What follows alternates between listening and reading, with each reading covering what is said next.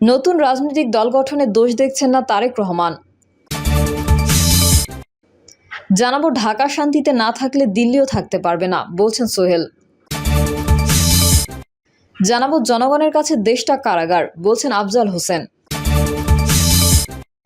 এবং সর্বশেষ জানাবো 20শে সেপ্টেম্বর থেকে শুক্রবারও চলবে মেট্রো রেল, খুলছে কাজীপাড়া স্টেশন।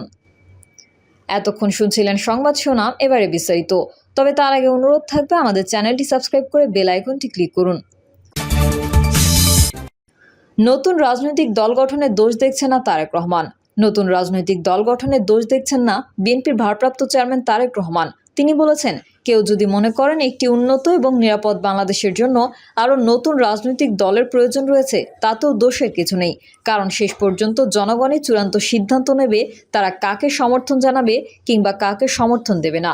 তারেক রহমান বলেন, এ কারণেই বিএনপি বারবার জনগণের ভোটের অধিকার প্রতিষ্ঠার উপর নজর দিয়েছে। বিএনপি মনে করে একমাত্র অবাধ সুষ্ঠু নির্বাচনের মাধ্যমেই রাষ্ট্র রাজনীতি এবং রাজনৈতিক বন্দোবস্তের সঙ্গে জনগণের প্রত্যক্ষ অংশীদারিত্ব তৈরি হয়। তারেক রহমান বলেন, গণ অভ্যুত্থান কিংবা সংস্কার কার্যক্রম নিয়ে রাজনীতির মাঠে নানা রকম কথা হচ্ছে। গণতান্ত্রিক রাজনীতিতে এটি একটি স্বাভাবিক এবং গ্রহণযোগ্য রীতি। প্রত্যেকেই তাদের নিজ নিজ দৃষ্টিভঙ্গি প্রকাশ করবেন, এটিই স্বাভাবিক। এ নিয়ে বিচলিত হওয়ার কিছু নেই। একজন রাজনৈতিক কর্মী হিসেবে আমি বিশ্বাস করি, ফৌজদারি অপরাধের বিচার যেমন বিচারিক আদালতে হয়, ঠিক তেমনই রাজনৈতিক কর্মকাণ্ড কিংবা রাজনৈতিক আচরণের বিচার হয় জনগণের আদালতে। তিনি বলেন, আমি আগেও বলেছি, ক্ষমতার পরিবর্তন মানে শুধুই রাষ্ট্র ক্ষমতার হাত বদল নয়, ক্ষমতার পরিবর্তন মানে রাষ্ট্র এবং রাজনীতির গুণগত পরিবর্তন। তাই প্রতিটি রাজনৈতিক নেতাকর্মীর মনে রাখা প্রয়োজন, রাজনীতির গুণগত পরিবর্তনের জন্য রাজনৈতিক দলের নেতাকর্মীদের আচার আচরণেও গুণগত পরিবর্তন জরুরি। সুতরাং আমার আহ্বান, কোনো প্রলোভন কিংবা উস্কানিতে বিভ্রান্ত না হয়ে জ্ঞানভিত্তিক রাষ্ট্র এবং সমাজের নেতৃত্ব দানের জন্য নিজেদেরকে প্রস্তুত রাখুন। বিএনপির ভারপ্রাপ্ত চেয়ারম্যান বলেন, হাজারো শহীদের রক্তস্নাত এই রাজপথে আজ আপনাদের এই স্বতঃস্ফূর্ত উপস্থিতির অর্থ ছাত্র জনতার কাঙ্ক্ষিত বৈষম্যহীন বাংলাদেশ গড়ার এই যাত্রাপথে বাংলাদেশের পক্ষের শক্তিকে হয়তো আরও ত্যাগ স্বীকার করতে হবে, আরও কিছু পথ পাড়ি দিতে হবে। তবে সেই পথ সন্ত্রাস, সংঘর্ষ, প্রতিশোধ কিংবা প্রতিহিংসার নয়। সেই পথ হবে ধৈর্য, সহনশীলতা এবং সমঝোতার। বলতে চাই, সংস্কার কার্যক্রমের পথ ধরে নির্বাচনী রোডম্যাপে উঠবে দেশ। সুতরাং আসুন আমরা সবাই কাজের মাধ্যমে জনগণের বিশ্বাস, ভালোবাসা অর্জন করি, জনগণের সঙ্গে থাকি, জনগণকে সঙ্গে রাখি। ঢাকা শান্তিতে না থাকলে দিল্লিও থাকতে পারবে না বলছেন সোহেল। বিএনপির যুগ্ম মহাসচিব হাবিবুন নবী খান সোহেল বলেছেন, যদি ঢাকা শান্তিতে না থাকে দিল্লিও শান্তিতে থাকতে পারবে না। হাবিবুন নবী খান সোহেল বলেন, গণতন্ত্র প্রতিষ্ঠার চলমান আন্দোলনে আমরা বিজয়ের খুব কাছাকাছি আছি, আর একটু বাকি। আশা করছি আমাদের ভারপ্রাপ্ত চেয়ারম্যানের দিক নির্দেশনায় জনগণকে সঙ্গে নিয়ে এই রাস্তাটুকু সফলভাবে অতিক্রম করব। শেখ হাসিনার উদ্দেশ্যে তিনি বলেন, আমরা অনেকবার বলেছিলাম তত্ত্বাবধায়ক সরকার দেন। শেখ হাসিনাকে বলেছিলাম আমাদের কথা শুনেন, কিন্তু আমাদের কথা শুনলেন না। তিনি শুনলেন দাদাবাবুদের কথা। যদি আমাদের কথা শুনতেন তাহলে জনগণের এত ক্ষোভ হতো না, এভাবে পালাতে হতো না। এখন বলেন সীমান্তের ওপারেই আছি, আর আইসেন না। আওয়ামী লীগ নেতাকর্মীদের উদ্দেশ্যে সোহেল বলেন, যে দলের নেতাকর্মীদের রেখে পালিয়ে যায় সেই দল কইরেন না। আরেকটি কথা বলতে চাই, যারা তাকে আশ্রয় দিয়েছেন, যিনি মাত্র 15 দিনে 900 নিরপরাধ মানুষকে হত্যা করেছে, বিএনপির নেতাকর্মীদের হত্যা করেছে, গুম করেছে, এই সিরিয়াল কিলার শেখ হাসিনাকে যারা আশ্রয় দিয়েছেন, শুনে রাখেন, কান পেতে শুনে রাখেন। ঢাকা যদি শান্তিতে না থাকে দিল্লিও শান্তিতে থাকতে পারবে না। কিভাবে তা করতে হয় আমরা তা ভালো করে জানি। জনগণের কাছে দেশটা কারাগার বলছেন আফজাল হোসেন। রাজনীতির বাকবদল কিংবা সরকার পরিবর্তনেও জনগণের ভাগ্যের পরিবর্তন হয় না। দিনের পর দিন জনগণ কয়েদ খেটে যান, এমনটাই মনে করেন দেশের প্রবীণ অভিনেতা আফজাল হোসেন। বিনা দোষে কয়েদ খেটে চলেছে জনগণ। সেই কবে থেকে 71-এ রক্ত অশ্রুর বিনিময়ে দেশটা স্বাধীন হলো। দেশবাসী খুশিতে কেঁদে ফেলল, পেয়েছি প্রাণের দেশ। দিন যায়, খুশির কান্দন আপনা আপনি শুকিয়ে যায় আপন আপন গালে। নিজের দেশ হয়েছে ভেবেছিল যারা, তারা পদে পদে হোঁচট খেয়ে বুঝতে পারে দেশটা নিজের বলে ভেবেছিল, কিন্তু নিজের হয়নি।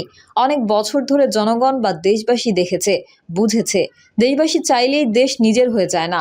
এরপর এই অভিনেতা বলেন, দেশবাসী বারবার দেখেছে দেশ তাদের একটা শুধু মুখের কথা, কেবলই মুখে মুখে মালিকানা, সান্ত্বনা না পুরস্কারের মতো। দেশকে পুরস্কার হিসেবে অন্যরা নিয়ে নেয়, অন্যেরা মানে দলের নামে বিভিন্ন গোষ্ঠী। দেশ দলের হয়ে যায় যে যখন সিংহাসনের দখল পায় তাদের আর দলীয় কর্মীদের। কেউই কখনো দেশকে দেশের প্রকৃত মালিক জনগণের হতে দেয়নি। একদল চোখ কান বুঝে জীবনেও নামবে না ভেবে সিংহাসনে গ্যাট হয়ে বসে থেকেছে। অন্যেরা ক্রমাগত ঠেলাগুতো মেরেই চলেছে, নামারে তোরা আর কতদিন। আফজাল হোসেনের ভাষায়, এক একটা দল বা গোষ্ঠী দেশটাকে নিজের করে পেতে জনগণ দেশবাসীর দোহাই দিয়ে গেছে চিরকাল। জনগণের দেশ জনগণের হাতে আমরাই ফিরিয়ে দেব বলেছে, তা কথার কথা হয়েই থেকেছে শেষ পর্যন্ত। দেশবাসী বা জনগণ একবার নয় বহুবার দেখেছে, যখন সময় বদলে গেছে একদল নেমেছে আর আরেক দল জনগণের জয় হয়েছে বলে চড়ে বসেছে সিংহাসনে। নতুন মালিক এসে শাসন শুরু করেছে পুরাতনদের জেলে পাঠিয়ে।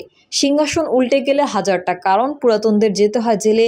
অভিনেতার কথায় দেশবাসী ফ্যাল করে তাকিয়ে দেখে একদল চোখ মুছতে মুছতে জেলে গেল, তারপর ফিরল একদিন, ফের হাসতে হাসতে বীরের বেশি। ততদিনে ক্ষমতায় থাকাদের নাটবল্টু ঢিলা হয়ে গেছে। জেলে যাওয়ায় ফিরে এসে হালুম হালুম করে শর্তর জনগণের দেশ জনগণের হাতে ফেরত দিতে এসেছি।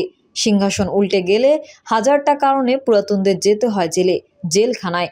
জনগণের মুক্তি নেই উল্লেখ করে আফজাল হোসেন বলেন, এই সিংহাসন টু জেলখানা টু সিংহাসন চলছে 50 বছরেরও বেশি সময় ধরে। দেশের এই মহাজনদের জেলখানাটা বোধহয় খুব কষ্টের হয় না, কারণ জেল যাপন শেষ হলে কপালে আবার ফিরে আসবে সিংহাসন। এই মূলাখানা নাকের ডগায় ঝুলতে থাকে। এ আমল যায় সেই আমল আসে, আমলের মানুষ যারা তারাই দেশের মালিকানা পায়, দেশ পাওয়ার আনন্দ ভোগ করতে পারে। কোনো দলের না হয় জনগণের কাছে সারা জীবন দেশটা কারাগার জেলখানা হয়েই থাকে। আমল থেকে আমলে তাদের জেলখাটা চলছেই, মুক্তি নেই তাদের, মুক্তি মেলে না। জেনেছে সিংহাসন দেশ কোনো দিনই তাদের হওয়ার নয়। এই যাবজ্জীবন কয়েদবার সবচেয়ে মর্মান্তিক। 20 সেপ্টেম্বর থেকে শুক্রবারও চলবে মেট্রো রেল, খুলছে কাজীপাড়া স্টেশন। মন্ত্রণালয়ের সিদ্ধান্তের পর চলতি সপ্তাহ থেকে 20 সেপ্টেম্বর থেকে শুক্রবারও মেট্রো রেল চলবে বলে জানিয়েছে Dhaka mass transit company limited. একই দিন থেকে কাজীপাড়া স্টেশনটি চালু করা হবে। মঙ্গলবার ডিএমটিসিএল এর ব্যবস্থাপনা পরিচালক মোহাম্মদ আব্দুর রউফ এই তথ্য জানিয়েছেন। তিনি জানান, মন্ত্রণালয়ের সিদ্ধান্তের পর চলতি সপ্তাহ থেকে শুক্রবারও থেকে মেট্রো রেল চালানোর চেষ্টা চলছে। এই শুক্রবার থেকে মেট্রো রেল কাজীপাড়া স্টেশনটি পরিচালনার জন্য প্রস্তুত করা হচ্ছে। বৈষম্য বিরোধী ছাত্র আন্দোলন চলাকালে 19 জুলাই মিরপুর 10 ও কাজীপাড়া স্টেশনে হামলা করে দুর্বৃত্তরা। এরপর 25 আগস্ট মেট্রো রেলের কার্যক্রম পুনরায় শুরু হলেও এই দুটি স্টেশনে কোনো ট্রেন থামতে পারছে না। 5 আগস্টের আগে বিগত আওয়ামী লীগ সরকার জানিয়েছিল এই দুটি স্টেশন চালু হতে 1 বছরের মতো সময় লাগবে। মোহাম্মদ আব্দুর রউফ বলেন, যাত্রীদের জন্য দুটি স্টেশন প্রস্তুত করতে কর্তৃপক্ষ নিরলসভাবে কাজ করে যাচ্ছে।